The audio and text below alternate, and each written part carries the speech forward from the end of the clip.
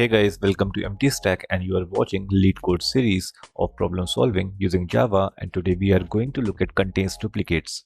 To solve this question, it is good to have knowledge on arrays, hash table and sorting. The difficulty level is easy and the question was asked in interviews for companies like Google, Apple, Amazon, Uber, etc. Okay, let's jump into the question.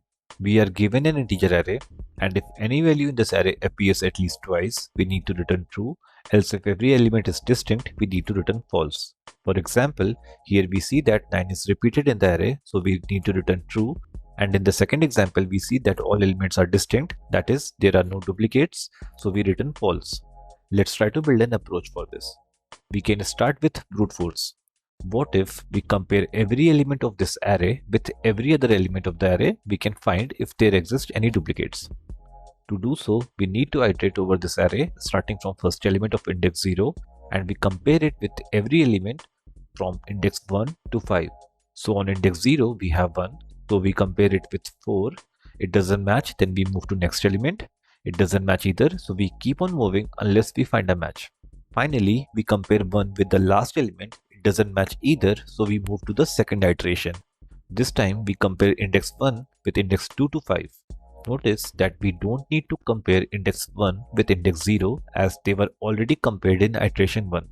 So again, one by one we start comparing the elements. We don't find any match, so we move to iteration 3.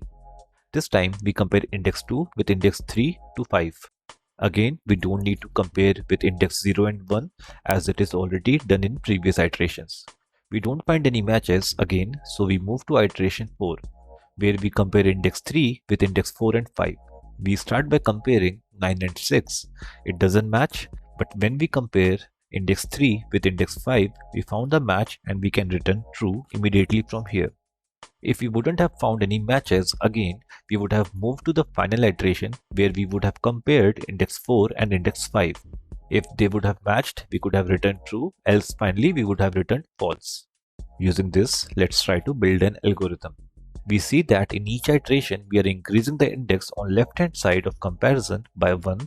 This is starting from index 0 to index 4, or we can say that if length is n, we start from index 0 to index n minus 2. We can write this using a for loop where I equal to 0 to n minus 2. Then in each iteration, we see on right hand side of comparison, we keep index starting from the very next element to the last element. Or in other words, starting from index I plus 1 to index n minus 1. So we can write a nested for loop where we iterate j from index I plus 1 to n minus 1. Now inside the nested loop, we can write an if condition depicting comparison where we compare index I with index j. If there is a match, we return true, or ultimately if there is no match, we return false. The approach is straightforward, but if you think about complexity, it is O of n square because we are having a nested for loop. Let's try to improve this solution. What if we do sorting on the input array? What this will do is, if there exist any duplicates, they will come next to each other.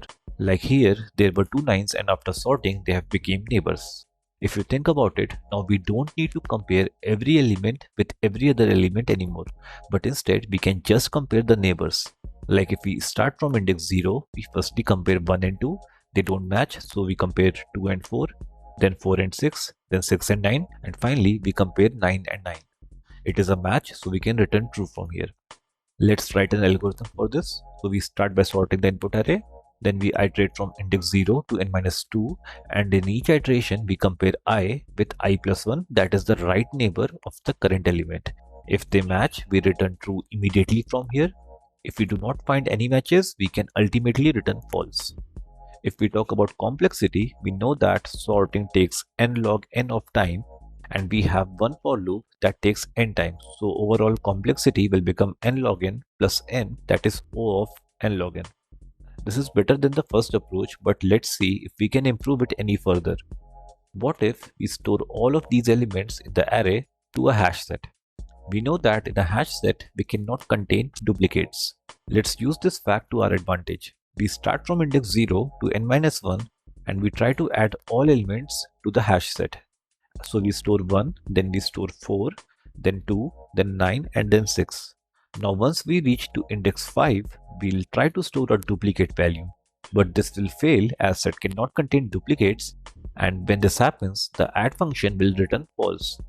Now what if we add an if condition around the add function where we check whenever we are getting false return from the add function means we have found a duplicate value, so we immediately return true from our main function.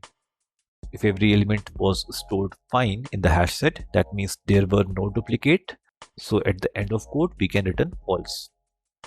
If we talk about time complexity, storing in a hash set takes only O1 of time and we have only one for loop, so overall complexity will be O of n. Let's look at the Java solution. We start by declaring the hash set and then we iterate over the array. We are using enhanced for loop. We add an if condition where we check if hs.add is returning false. We can return true from our function, and finally if there were no duplicates we can return false. Let's run this. Perfect. See you guys in the next one.